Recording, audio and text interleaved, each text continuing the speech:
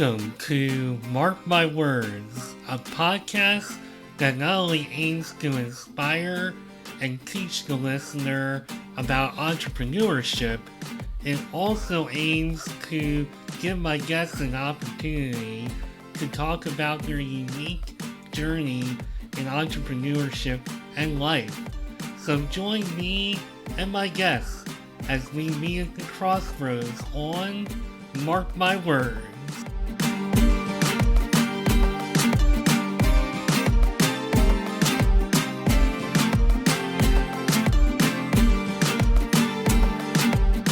So today on Mark My Words, I have two guests that I feel absolutely privileged to have on this show. They have quite the story and then some. And usually on this show, I have an entrepreneur. We talk about their path and we go through all of that and their ups and downs. And this episode is going to be a lot like that, but it's definitely got a little bit of a different twist, which I love, and hopefully I bring that every episode because one of my goals is to just have different paths and ups and downs for everybody to listen to and be inspired by.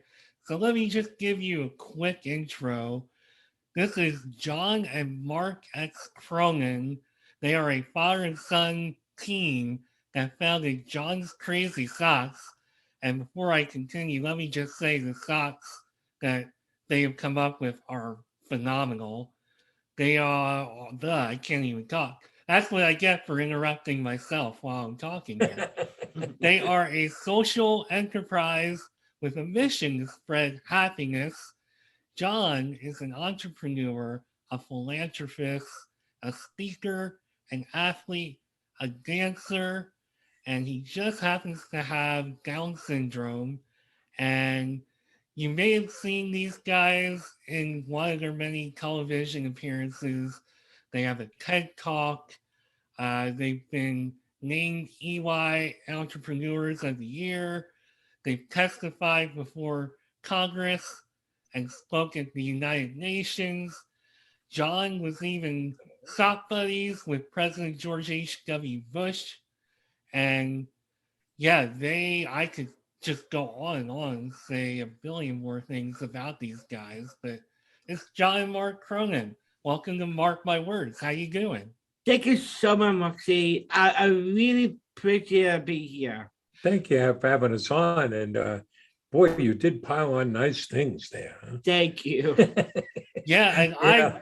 I probably could have taken up an hour just introducing you guys. You have quite the resume there. So Yes. We've been very fortunate. But one of the things, and this will come out in a conversation with us, we know your audience is filled with entrepreneurs, and that's our tribe, right? But one of the things is we don't have anything special.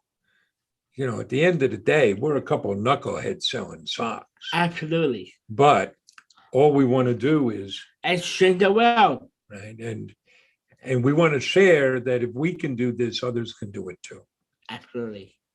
And I think that's where the three of us kind of have like a common bond, because I know for me, I've had my fair share of challenges and obstacles and ups and downs, people either telling me straight on or being a bit more subtle, telling me that I can't do this, I can't do that. And I've been through a lot of that. So you guys are a real inspiration to me. And I can't wait to get a little more into your story. And I already know a good deal because of all the research and the TED Talk, the brilliant TED Talk that I watched before the show. And I really just want to, before we get into all of the awesome things that have come out of John coming to you with his idea, let's talk a little bit about Marc and your path, because you have done everything from like be a teacher to entrepreneur. And I'm curious to know, going way back to when you were just starting out in the world, what exactly were you thinking? Were you kind of setting out to be a teacher? Did you have like an entrepreneurial spirit in you as you were going through your professional career? How did you kind of wind up where you were? Well, you make it all sound much more rational and planned than it was. Um, I didn't know. I look back and I can identify now that even going into childhood, I had entrepreneurial desires. I didn't have the language for it. I wasn't calling it that. Um, but I got out of college. And I'm the old one in the pair here. I got out of college in 1980. It was in the teeth of a recession, and I had no idea what I was doing, had no plans. I didn't even know how to look for a job. You would have thought I would have lined up a job before leaving college. I didn't even go for a job interview when I was in college. I wound up teaching purely by accident. I was at, it was really crazy circumstances. I had spent the summer on Cape Cod, working different jobs. At the end of the summer, said, I gotta get out of here.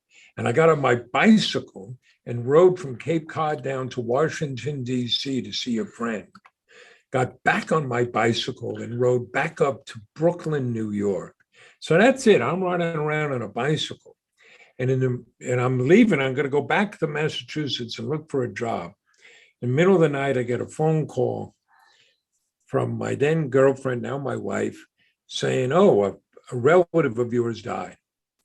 I wound up going to the wake, and at the wake, I was offered a job teaching school.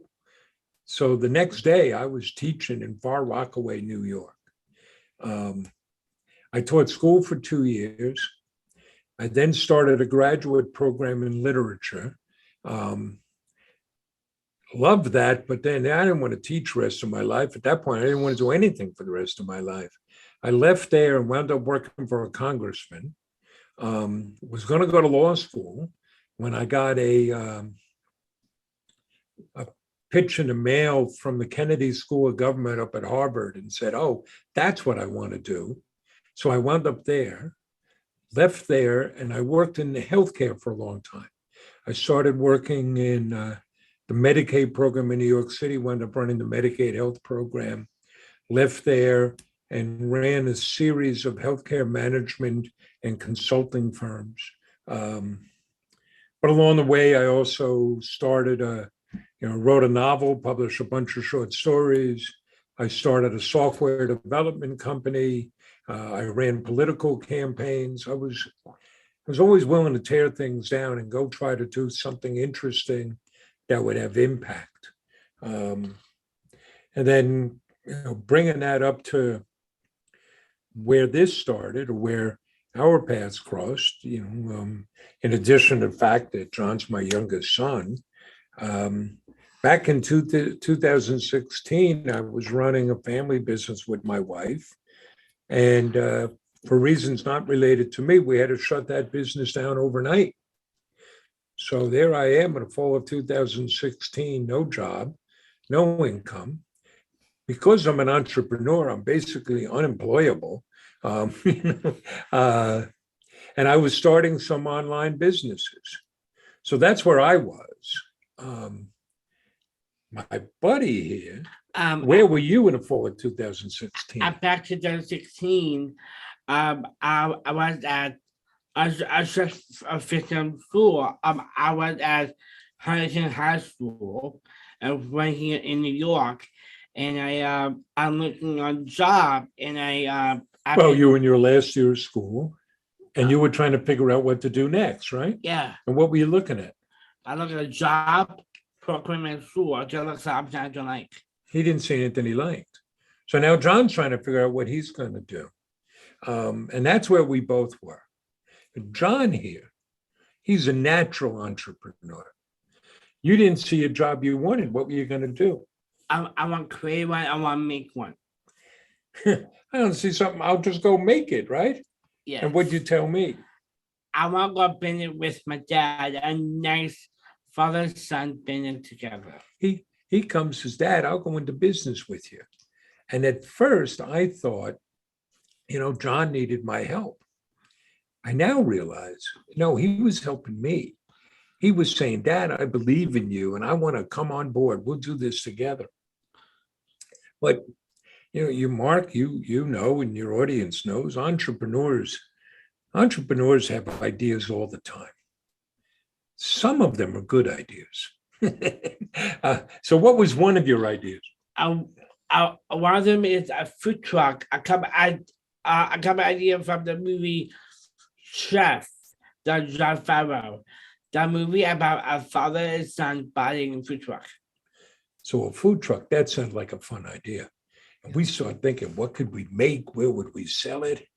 We're getting all excited, but we ran into a problem. We can't cook. Yeah, we can't cook. But that could be a problem. But right before Thanksgiving, or US Thanksgiving, late November, John had his eureka moment. I did. I want to sell crazy socks. White socks. It's fun. It's colorful. It's creative. I'll always let me be me. Okay. John had worn these crazy socks his whole life. We used to drive around looking for them. So we figured this. If he loved these socks that much, surely other people would too, and we could find our tribe. So at that point, we knew we wanted to start that business.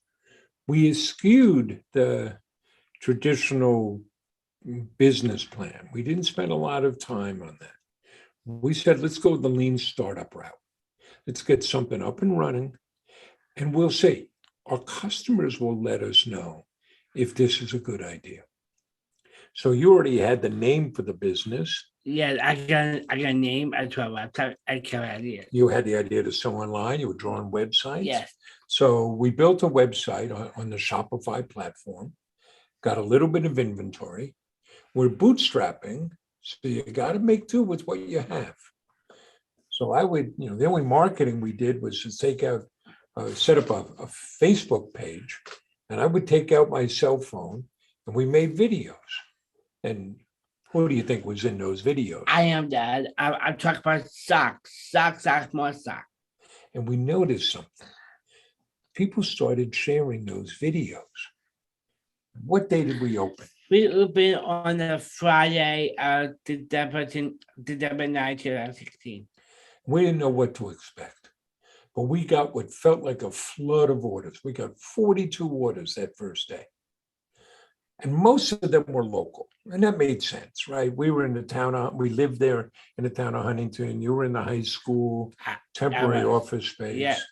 And what did we decide to do with those first orders? Our home deliveries, we got red boxes and happened in socks.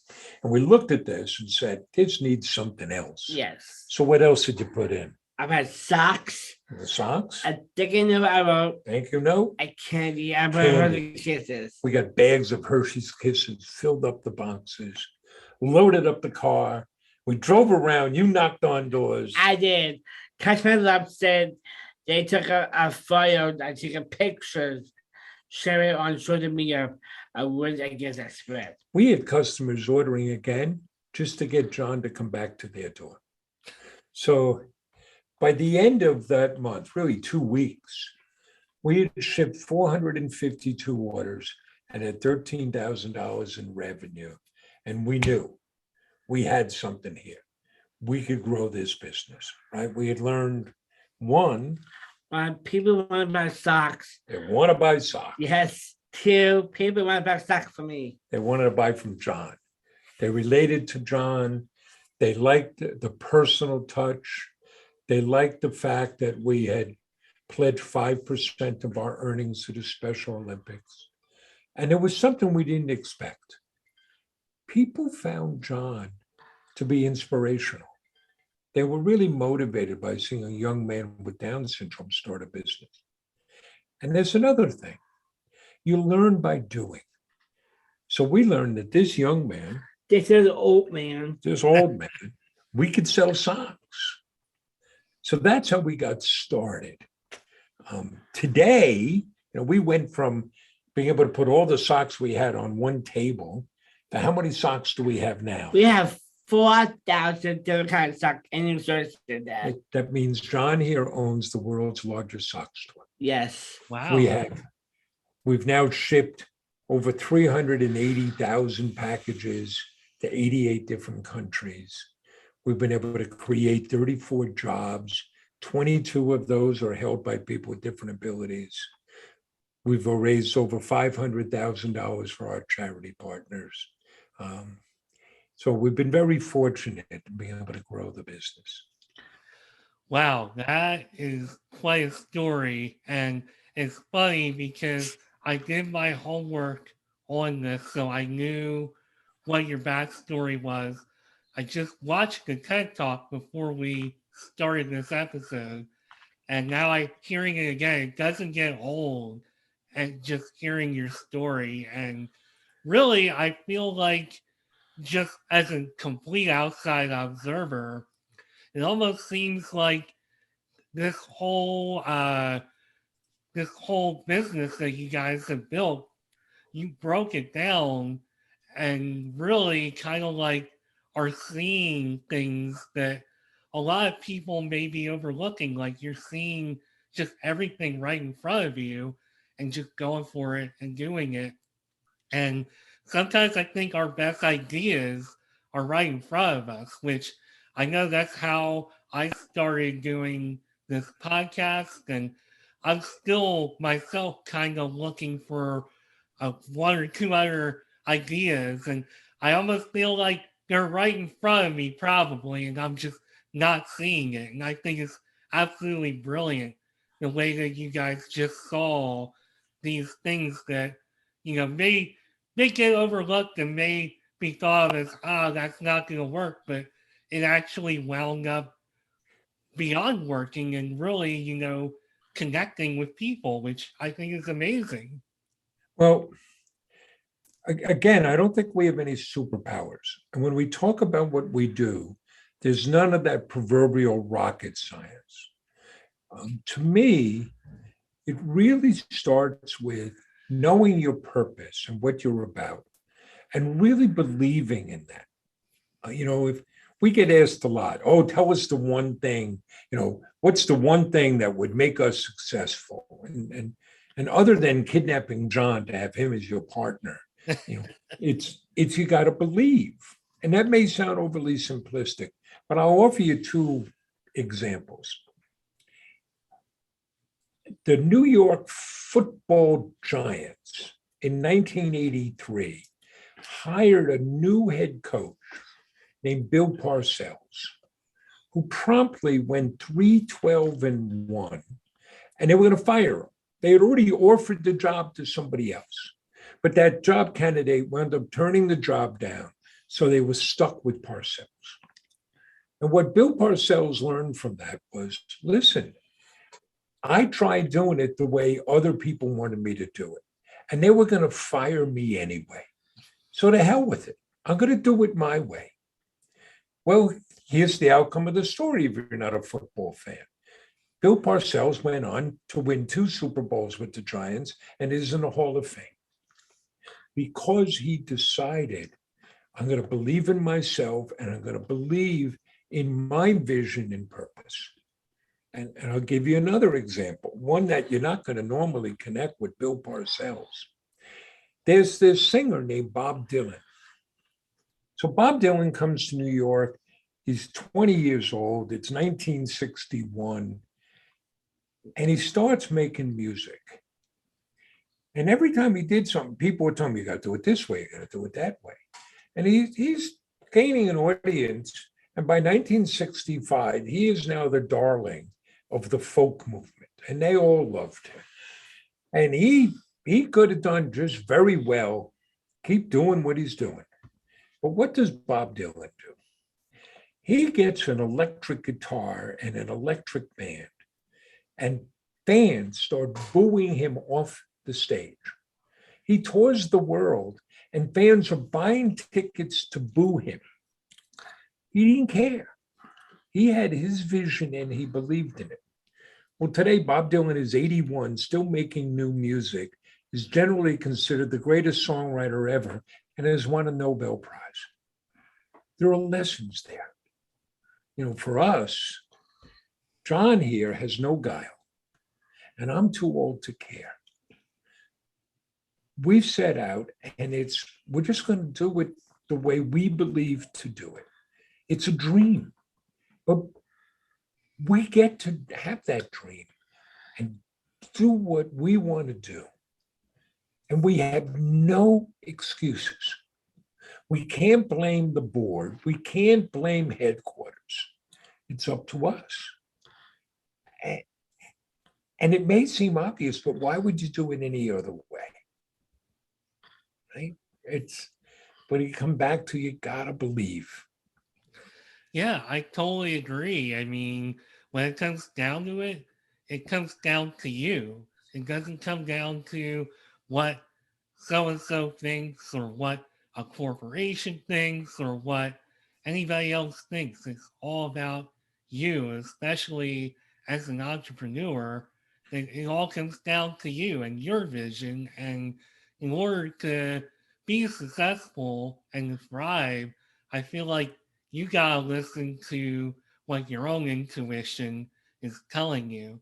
And you two clearly have that down. I know you always say that you guys don't have like a superpower, and I won't necessarily say this is a superpower, but I think you both were smart enough to just not overthink it and just say, hey, you know, what is my gut telling me? What can we do to get this off the ground?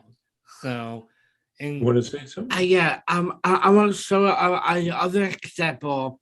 Actually, other example, like, you have a dream, like, a way you are, and I hear that from a speech. I heard that from the speech for the Martin Luther King King's speech. He said, "I have a dream." He said, "I have a dream. This dream about you're gonna be success, and how you're gonna become, and follow your hearts, and you see out there and change the world. I love the people to see. Why not make the world the way we want the world to be? Exactly. Right. right. And that's where I come back to.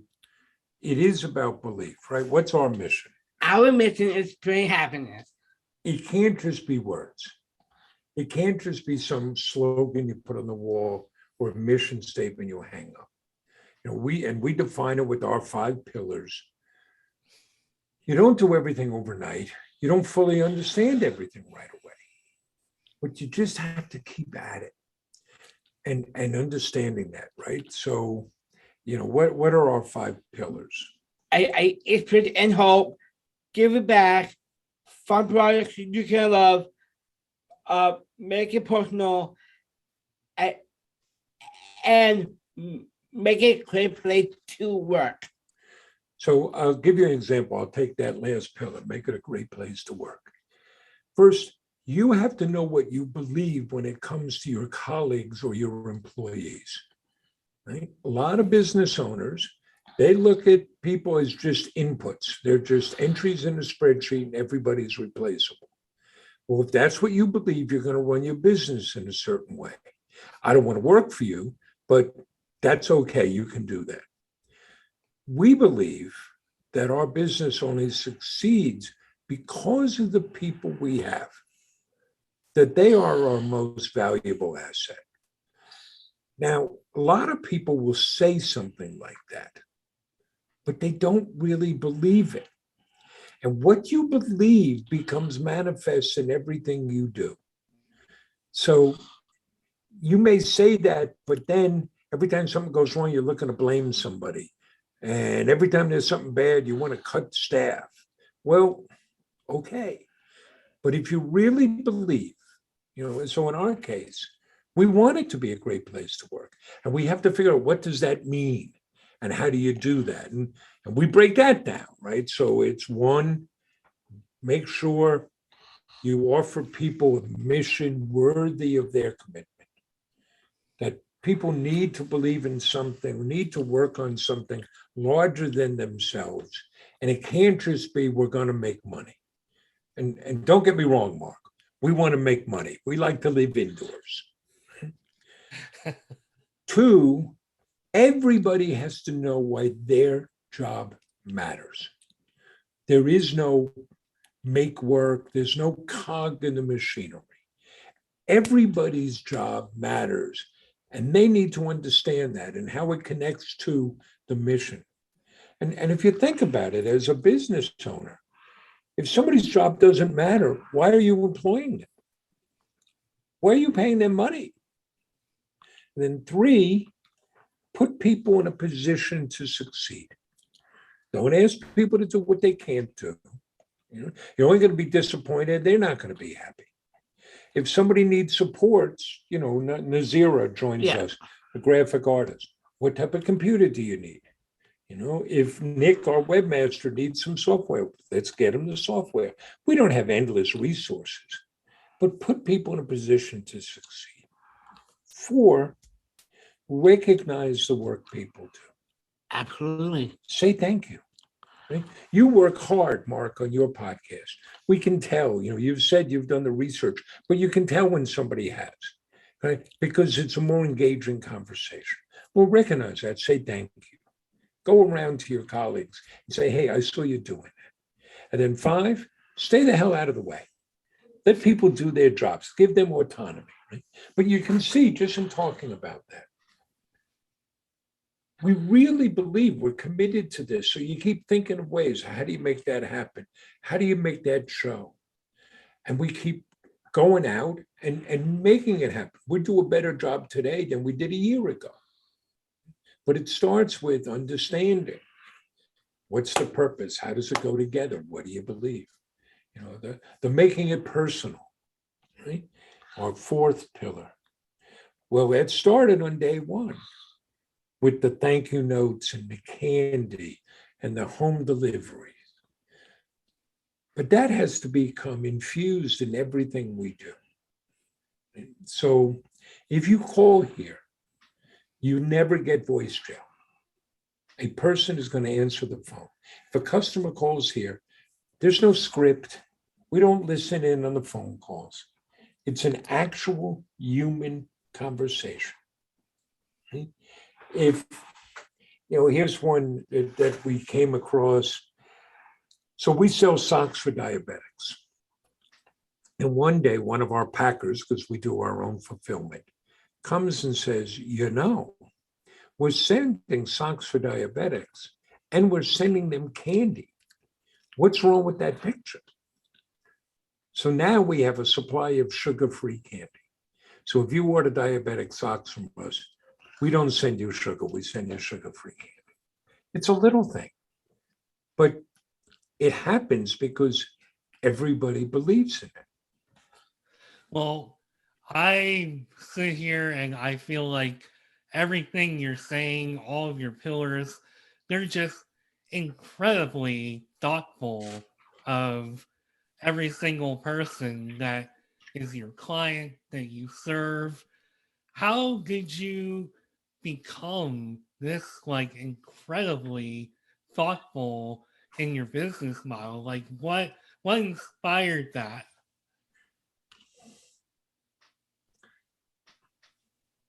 Listen, I'm 64 years old. You're old. I'm old, right?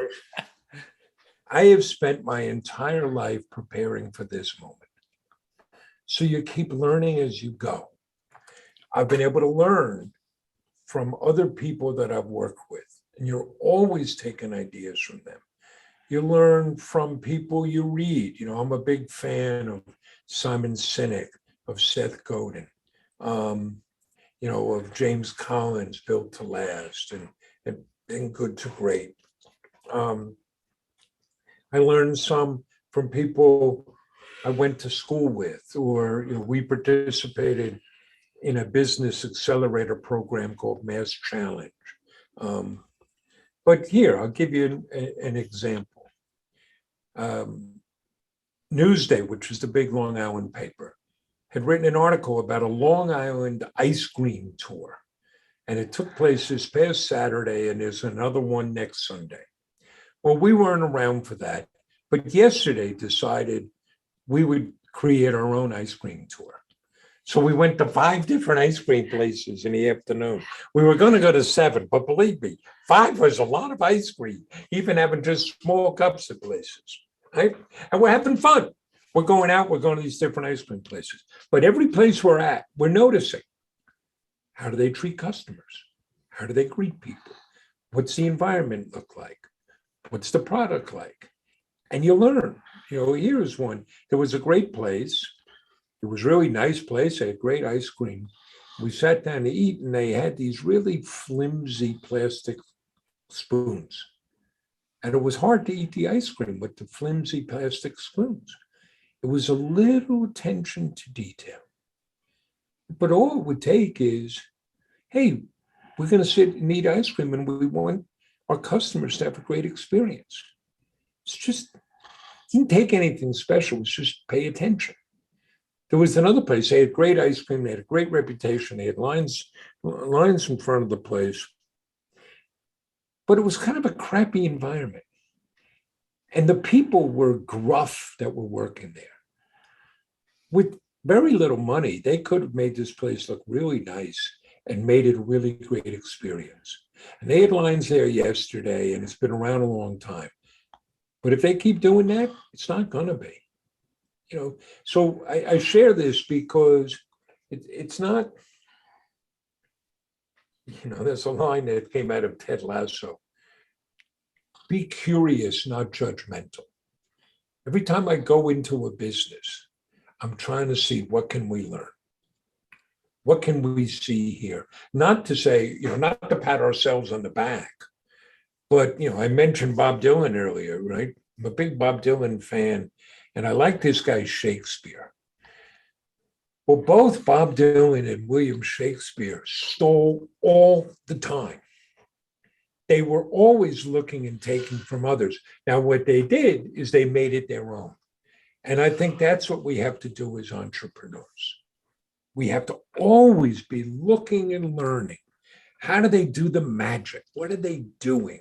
And how can this work for me? Or what do I not want to do? I don't want flimsy spoons. Does that make sense to you? No, who would? Here's another example. When I was young, like right as I graduated high school, one of the first things I did was I hitchhiked from New York out to Colorado. Me and 3 other buddies, we hitchhiked out there separately, met up together. I can remember standing in traffic under the George Washington Bridge in Manhattan and unfurling my sign that said Denver, and people were just laughing. Right? Well, I hitchhiked cross country 3 times and down to New Orleans and around Europe. And it was always a big adventure to me. But here's what would happen. A car or a truck would pull over. I'd go running, you hop in. And now you got to size up that driver. You got to figure out how we're going to get along. And in fact, you're the entertainment. And that ride could last 10 minutes or 10 hours. Well, you do that a few hundred times, and you're going to learn a lot of things. Now, when I was doing it, I wasn't setting off saying, I'm going on a great learning experience. No, I was a kid on an adventure. But you're going to learn at every step of the way if you're just paying attention.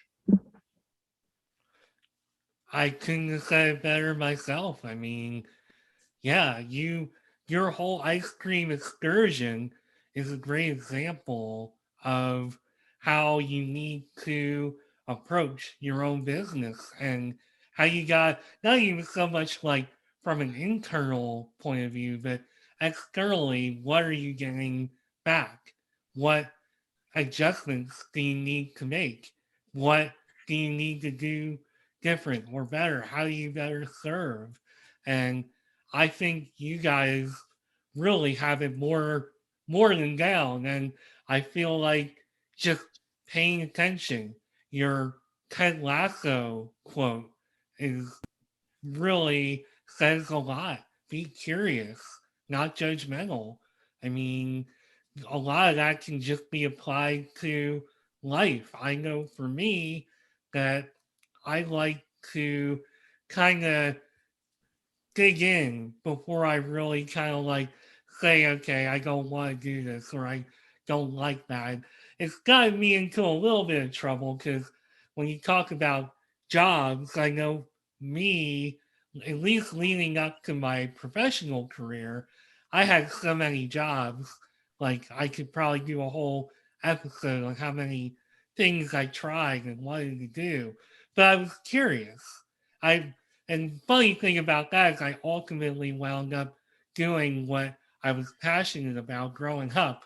But I was very curious and did not want to leave anything unturned. And through that, I found a lot of peace because at least for me, there's no regret or anything like that. And I think between your pillars and just that whole, you know what, we're going to go do this and we're going to learn something and we're going to see what's right in front of us.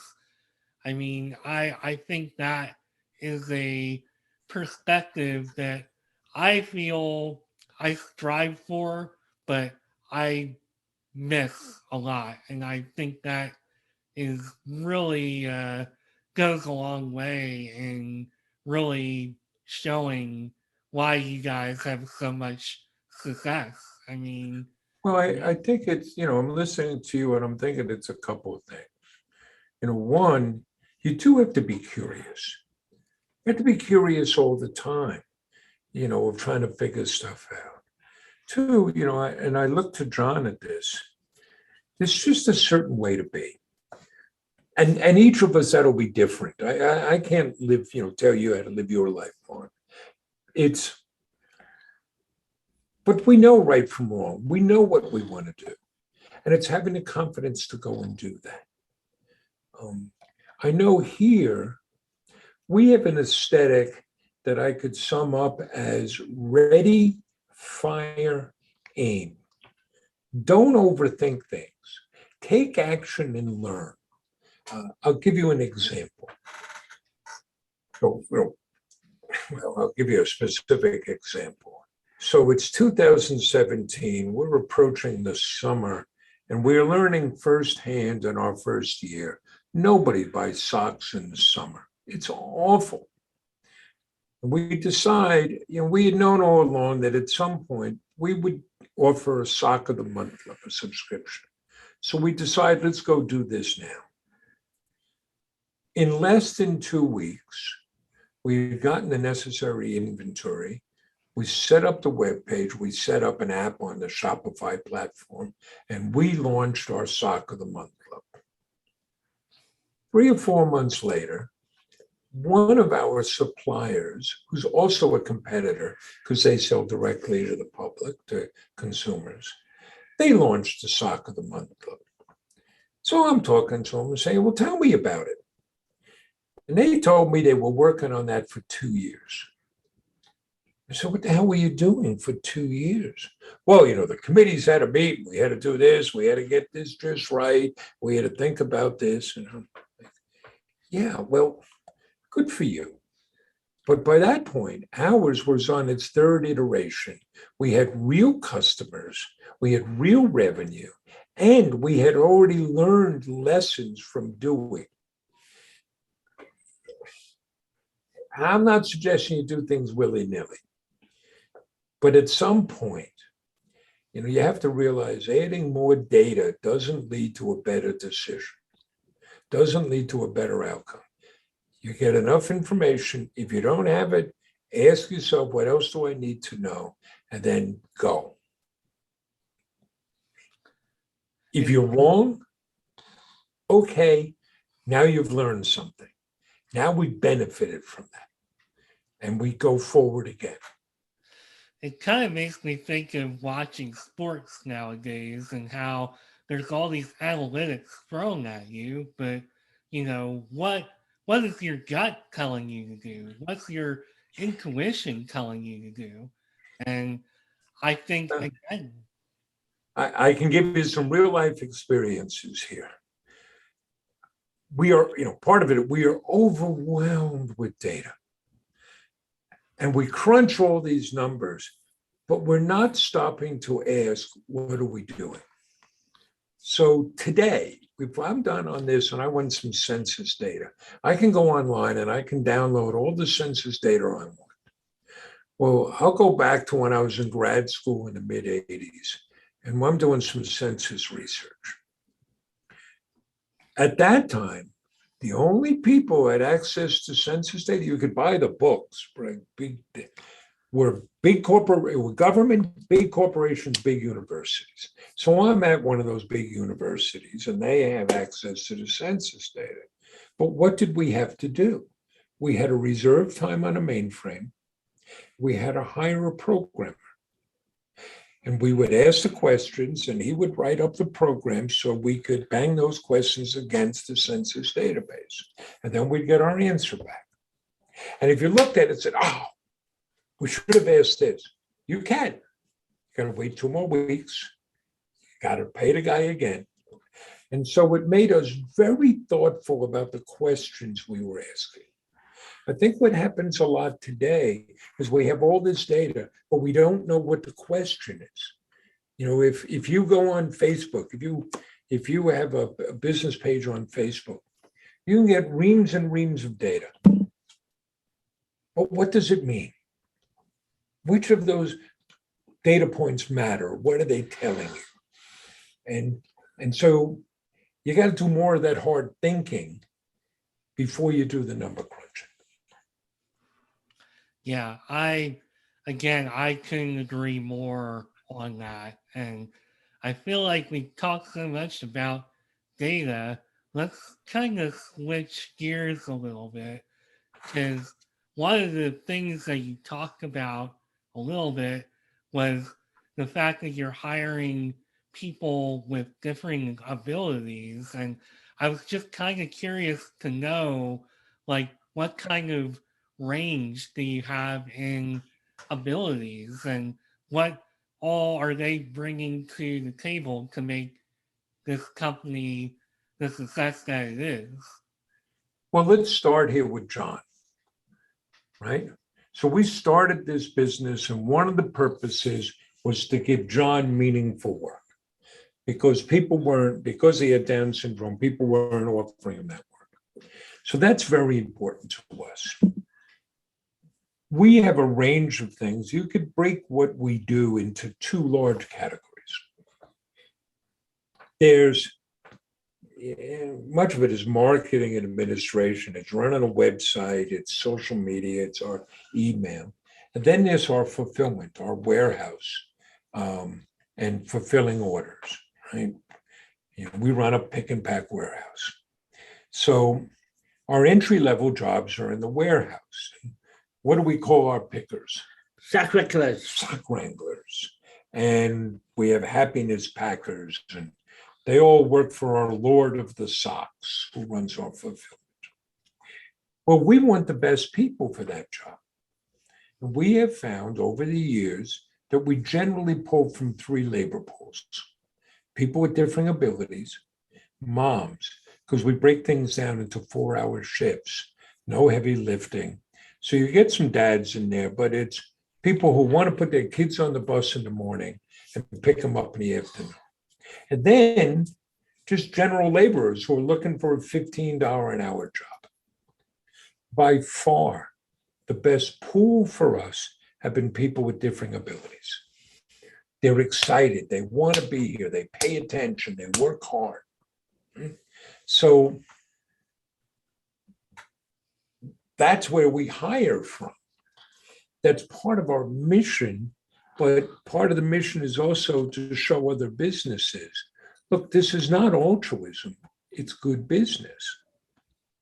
If you want to hire the best possible people for your business, right? Given whatever you can pay. If you artificially exclude people, you can't get the best possible people. So if you arbitrarily say, we're not going to hire this type of person, you've already lost. Right? Here's an analogy I would make. 1947, baseball was all white. And the Brooklyn Dodgers integrated when they signed Jackie Robinson.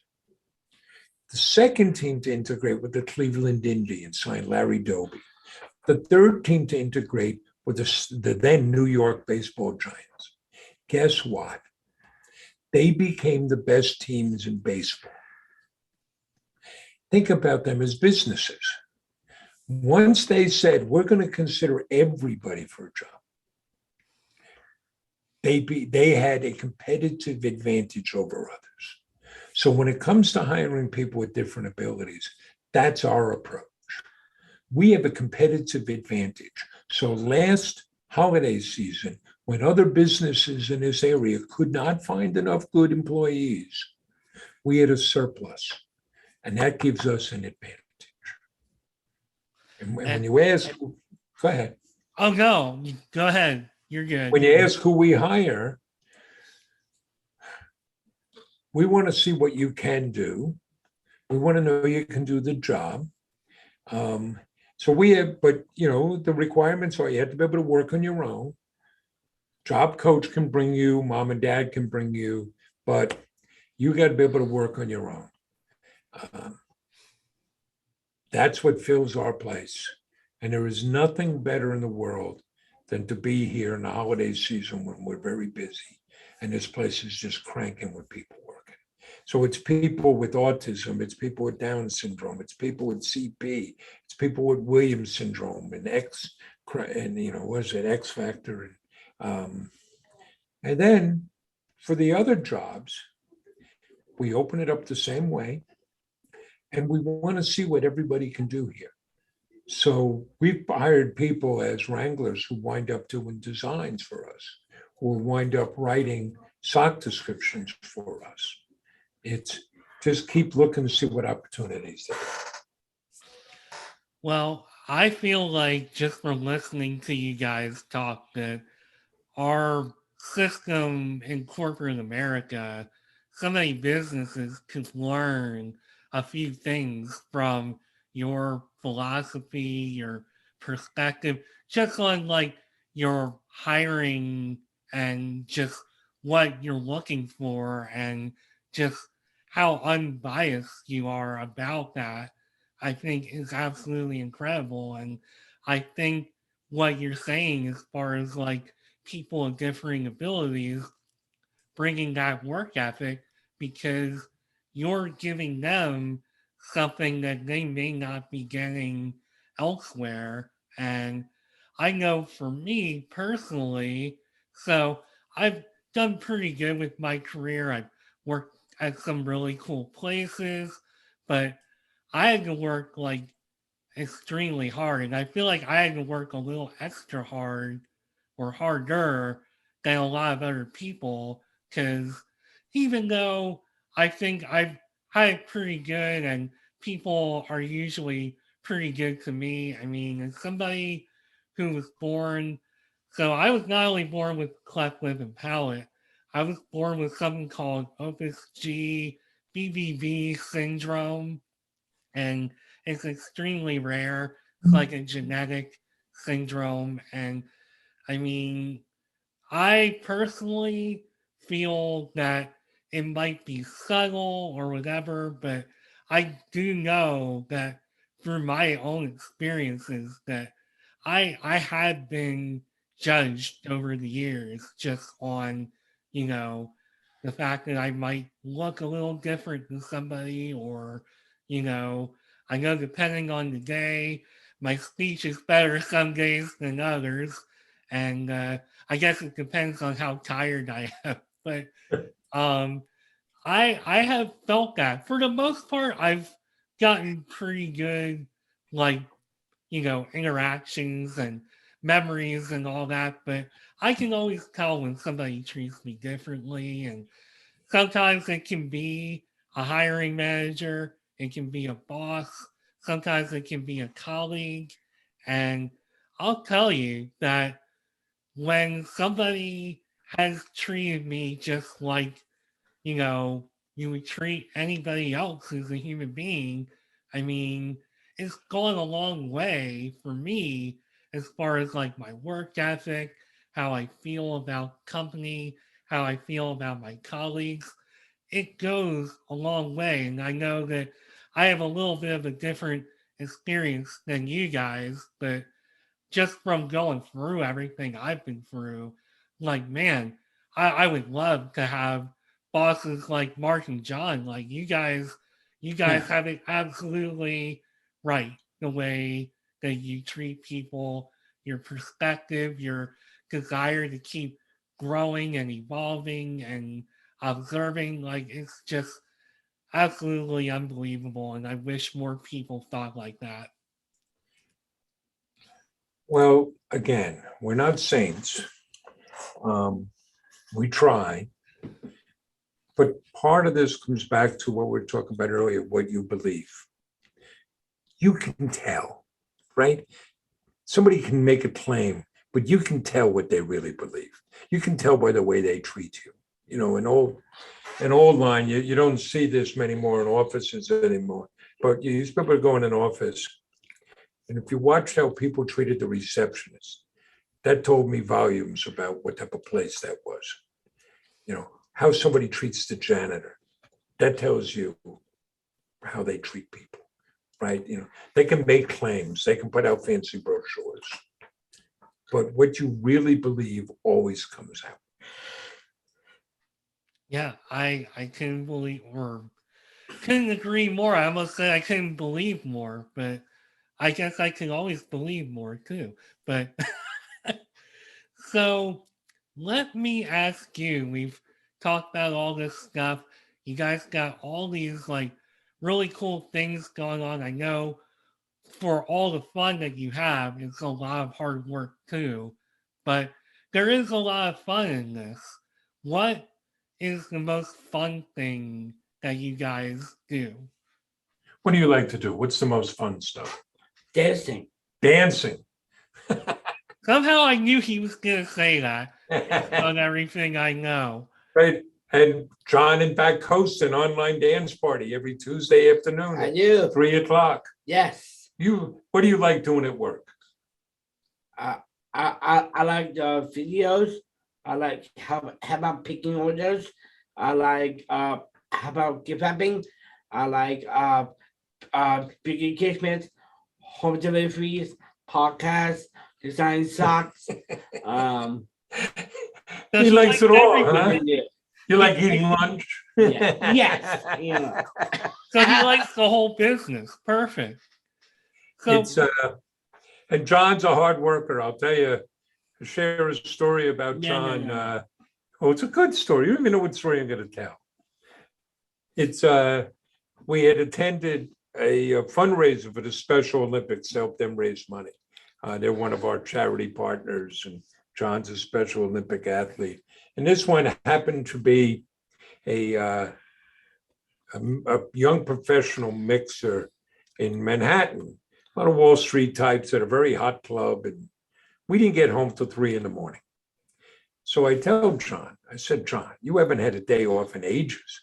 Just sleep in tomorrow, rest, have a good day. Yeah, okay. So I get up and I come to the office. About 10 o'clock, who comes walking in? But John. So what are you doing? He said, I had things to do. I took an Uber to the office. I'm busy. You know, no day off. Nobody made him do it. You just came in and worked. Yes. What else are you going to do, right? that is the mark of somebody who truly has not only a great work ethic, but just super passionate about what they're doing. And that's amazing. Not many people out there have that much passion for what they're doing and have that much happiness and joy in what they're doing. And I mean, I love doing this podcast, and you guys, like, this interview brings me a lot of joy and has been incredibly inspiring, like all of the episodes are. But I don't have that kind of passion. I don't go to bed at 3 and get up at 7 and start working on the podcast. And Well, that's not a way to live, but fair enough. if you're going to be an entrepreneur, there are going to be bad times, there are going to be tough times, there are going to be times you're going to have to put a lot of work in. But also you get such joys and payoff. We're so fortunate to get to do what we do. Very fortunate, and I think you guys have come up with a really amazing business model. And I mean, you guys have the passion and the drive, and it really shows in everything you do. And yeah, I was inspired before I did this episode, and I can definitely say I'm doubly, if not triply, if that's even a word, inspired by your incredible story. I guess before we wrap this episode up, did you want to tell the audience how they can find you, how they can work with you? Yeah, you can find out at johnscrazysocks.com. johnscrazysocks.com. And you can connect there if you want to join John's online dance party. You can connect there. Yes, Dad. Thursday nights, what do we do? Thursday night at Facebook Live. We do a Facebook Live show at 7 o'clock Eastern Time. We now have a podcast. What's it called? I've been having podcast. With John and Marc. It's on all the normal platforms. You can see that at the website. We're on all the social media channels. So we're particularly active on Facebook, Instagram, Yes. and now TikTok. TikTok. You love the TikTok. I do. I can see that. You can find us on LinkedIn. You mentioned the TEDx talks we've been able to do. Fortunate to do 2 TEDx talks. The most recent one is hiring people with differing abilities is not altruism. It's good business.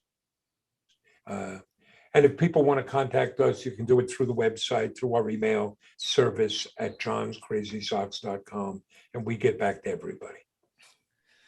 Awesome.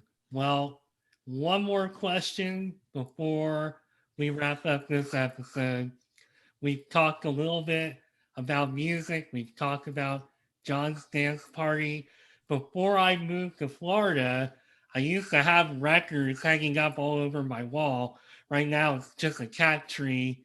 But I have to ask, with me being such a huge music fan, A, what kind of music do you like, John? And B, what kind of music could we expect at your dance party? Oh, yes. Rain on Me, Lady Gaga, and on Grande. Oh, Lady Gaga, you're a big Lady Gaga fan? Yeah. as am I. A Jonas Brothers fan? Who else do you like? I talked about that song. I know the song, but what other artists do you like? I like Nicki Minaj. Yeah, Nicki Minaj. Okay.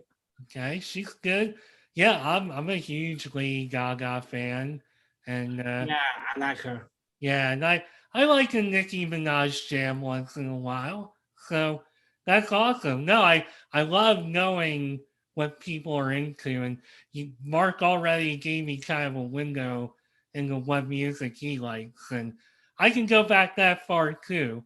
So yeah, I'm all over the place. I'm so crazy, Marc. I have started a little side project. I now send out a Dylan song of the day. And so now it's an email list, about 100 people. I send a Bob Dylan song to each day with a little write-up on the song. And I now realize I'm about 50 songs in. Then he's got over 600 songs. So I'm going to be busy for a long time. If Yeah. people want to join the list, they can just let me know.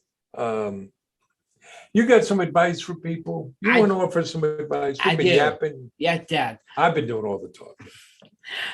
Follow your heart, follow your dream, work hard, so you can do.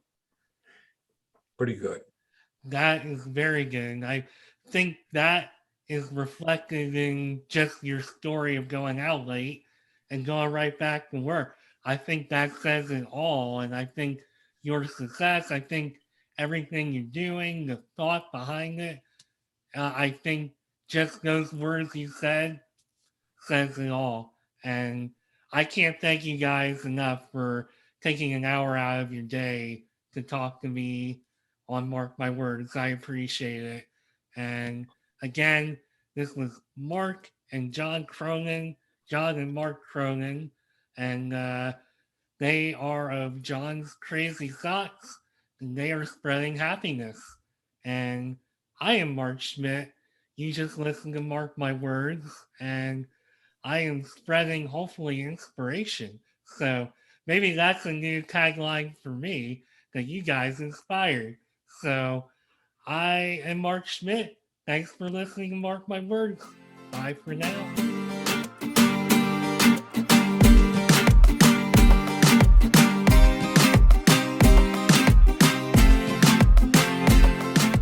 Thanks again for taking time out of your busy day to listen to Mark My Words. If you would like to connect with me beyond the show, you can find me on LinkedIn at Mark Schmidt, where I will be talking about entrepreneurship, careers, and anything else that is on my mind.